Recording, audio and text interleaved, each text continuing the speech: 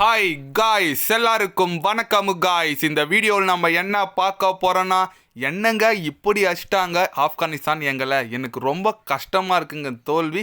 கண்டிப்பாக எங்கள் தோல்விக்கு இதுதான் காரணம். ஆப்கானிஸ்தான் அன்றைக்கி நான் வாழ்த்துக்கள் சொல்லிக்கிறேன் அப்படி இப்படின்னு சொல்லிட்டு ரொம்பவே ஒரு மனம் உடைந்து பேசியிருக்காருன்னு சொல்லலாங்க இங்கிலாந்து அணியின் தலைமை பயிற்சியாளர் பிராண்டன் மெக்கலம். அது மட்டும் இல்லாமல் தோல்விக்கு சில பல காரணங்கள் கூறியிருக்காரு.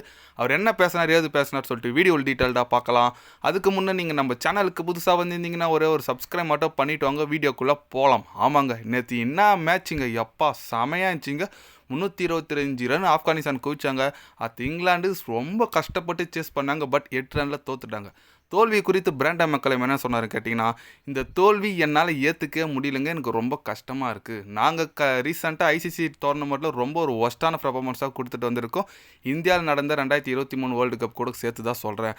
ஆப்கானிஸ்தான் அணி எங்களை அதுலேயே அடித்தாங்க, இதுலேயே அடித்தாங்க. ரொம்ப வலுவான அணியாக இருக்காங்க ஆப்கானிஸ்தான். பார்க்க ரொம்ப பயமாகவே இருக்குங்க ஆப்கானிஸ்தான் அணியை பார்த்தா. இந்த அளவுக்கு அவங்களோட வளர்ச்சி ரொம்ப அற்புதமாக இருக்குது.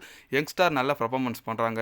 இந்த தொடர் விட்டு நாங்கள் போயிட்டோம், எனக்கு ரொம்ப கஷ்டமாக இருக்குது. கண்டிப்பாக அடுத்த போட்டியில் அட்லீஸ்ட் ஒரு ஆறுதல் வெற்றியாச்சும் நான் பெறணும்னு சொல்லிட்டு கண்டிப்பாக வருவோம். எங்கள் அணி வீரர்கள் எல்லாருமே திறமை வாய்ந்த வீரர்கள் தான். பட் அது கரெக்டான டைமில் எக்ஸிக்யூட் பண்ணல. ஜோ ரூட்டுக்கு என்னோட வாழ்த்துக்கள் சொல்லிக்கிறேன். அவரோட பேட்டிங் ரொம்ப அபாரமாக இருந்துச்சு. டீமில் யாரும் அவருக்கு கை கொடுக்கலாம் மட்டும் அவர் ஒத்தலாம் நின்று ஆடினார். ஜோ ரூட்டுக்கு என்னோட வாழ்த்துக்கள் கண்டிப்பாக நான் தெரிவிச்சுக்கிறேன் அப்படின்னு சொல்லிட்டு ரூட்டுக்கு பார்த்தீங்கன்னா நல்ல ஒரு வாழ்த்து சொல்லியிருக்கார். எஸ்ங்க, அவர் மட்டும்தான் சேசிங்கில் 100+ ஸ்கோர் அடிச்சாருங்க இங்கிலாந்து சைடு பார்த்தீங்கன்னா. மற்றபடி வேறு யாருனா கொஞ்சம் ஆடி இருந்தால் பரவாயில்லைங்க. இவர் ஒரு 100 அடிச்சார், கூட யாருனா ஒருத்தர் 100 அடிச்சிருந்தா கண்டிப்பாக இது ஈஸியாக சேஸ் பண்ணியிருக்கலாம். சேஸ் பண்ண வேண்டிய ஸ்கோர் தான். ஏன்னா 2 ஓவருக்கு 16 அடிக்கும்போது நல்லா அடிச்சிருக்கலாம். ஆனால் ஜோஃப்ரா ஆர்ச்சர்லாம் இருந்தார்.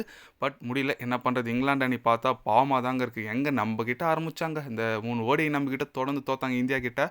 அது தொடர்ந்து 2 சாம்பியன் ட்ராஃபி ஆஸ்திரேலியா கிட்ட தோத்துட்டாங்க, ஆப்கானிஸ்தான் கிட்ட தோத்துட்டாங்க.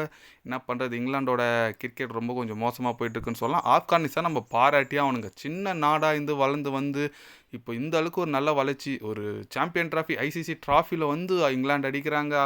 பாகிஸ்தானை போன டோர்னமெண்ட்டில் அடித்தாங்க. ஆஸ்திரேலியா கிட்டத்தட்ட அடிக்க வேண்டியது தான்.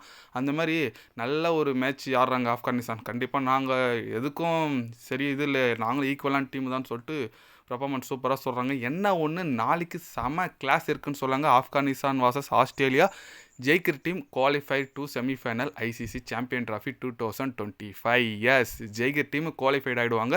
கண்டிப்பாக நல்ல ஒரு இந்த வேர்ல்டு கப் 2023 ஆஸ்திரேலியா கிட்டத்தட்ட தோக்க வேண்டிய மேட்ச் ஜெயிச்சாங்க ஆப்கானிஸ்தான் கிட்ட. அதுக்கு இந்த வாட்டி ஆப்கானிஸ்தான் பழி வாங்குவாங்களான்னு சொல்லிட்டு நிறைய கேள்வி இருக்குங்க. கண்டிப்பாக ஆஸ்திரேலியா வேறு போலிங் ரொம்ப ஒரு ஒஸ்டான போலிங் தான் இருக்காங்க. லைனப் அந்த அளவுக்கு சரியில்லை. அதனால் கண்டிப்பாக இந்த போட்டி ஆப்கானிஸ்தான் வெற்றி பெற்றால் அவங்க த்ரூவாக 100% குவாலிஃபைட் ஆகிடுவாங்க செமிஃபைனலுக்கு. செமையான ஒரு சவாலான போட்டி காத்துட்ருக்குங்க, பொறுத்து வந்து பார்க்கலாம். நீங்கள் சொல்லுங்கள், ஆப்கானிஸ்தான் இந்த அளவுக்கு வளர்ச்சி இருக்குது, இந்த வெற்றிக்கு நீங்கள் என்ன காரணம் நினைக்கிறீங்கன்னு சொல்லிட்டு மறக்காமல் கமெண்டில் சொல்லுங்கள். இது போன்ற ஸ்போர்ட்ஸ் நியூஸை தெரிஞ்சுக்கணுன்னா சேனலை சப்ஸ்கிரைப் லைக் ஒன்று பண்ணிக்கோங்க. கண்டிப்பாக கிரிக்கெட் பற்றி day by day channel update வரும். மறக்காமல் சப்ஸ்கிரைப் மட்டும் கொஞ்சம் பண்ணி வச்சுக்கோங்க. நன்றி, வணக்கம்.